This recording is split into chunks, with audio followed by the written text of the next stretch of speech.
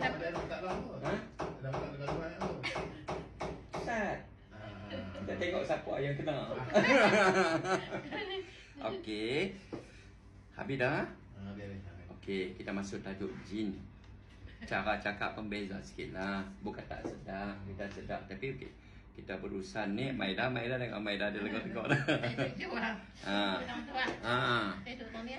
Tak apa, duduk situ tak apa tak kacau. Dia kacau kak, kita bakar dia. Lagi dia berlawan dengan saya. Dah, insya-Allah. Jin. Oh, jin. Kalau ada dalam badan anak-anak aku ni jin. Pertama hang masuk Islam. Kita bagi peluang masuk Islam lah jin. Lepas tu hang pindah ke masjid. Semayang berjemaah di masjid dan belajar agama di masjid. Yang kedua, kalau hang tak mau masuk Islam, hang balik dekat tuan hang. Hanya kacau ni anak-anak aku ni. Yang ketiga, aku bakar je, aku bakar. Aku janji aku bakar. Aku janji aku bakar. Jangan duk tahan. Ni hadis Nabi. Kalam mulia, kalam agung. Ada nur, ada hakikat dalam kalam Nabi ni.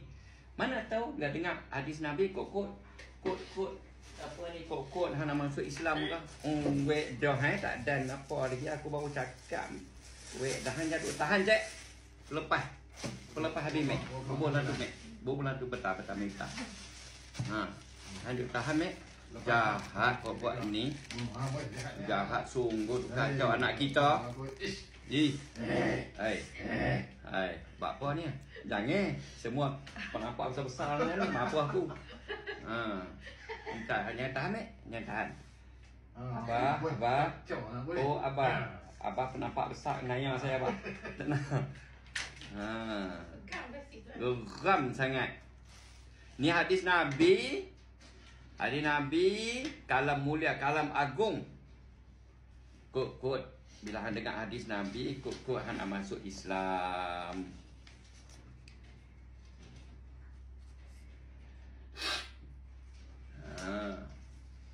Sayyidina Jabir radhiyallahu anhu berkata, jangan tahan lepas. Jangan tahan. Jangan tinggal seekor pun. Jangan tinggal seekor pun. Dah. Angkat sing dah. Sudah lah kita.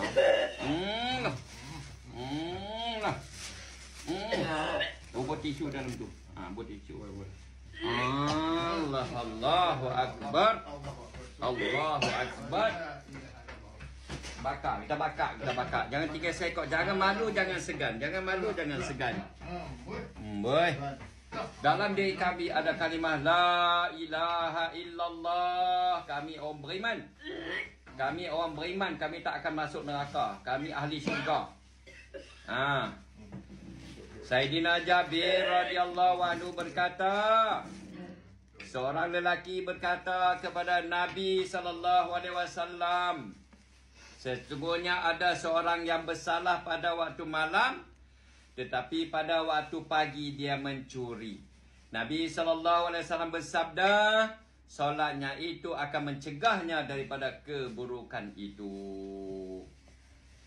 Tengok, sampai ekon berpanai. Bila jin main, tengok jahat semua buat jin. Panai. Nampak? Dia kacau habis. Jangan tinggal seekor pun. Tinggal seekor aku bakar nanti.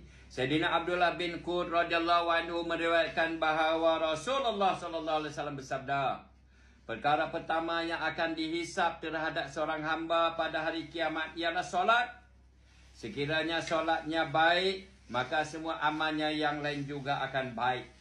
Sekiranya solatnya rosak, maka semua amalannya yang lain juga akan rosak. Semoga kita dapat amal dan sampaikan. A'udzubillahi sami'il alim minasyaitonir rajim.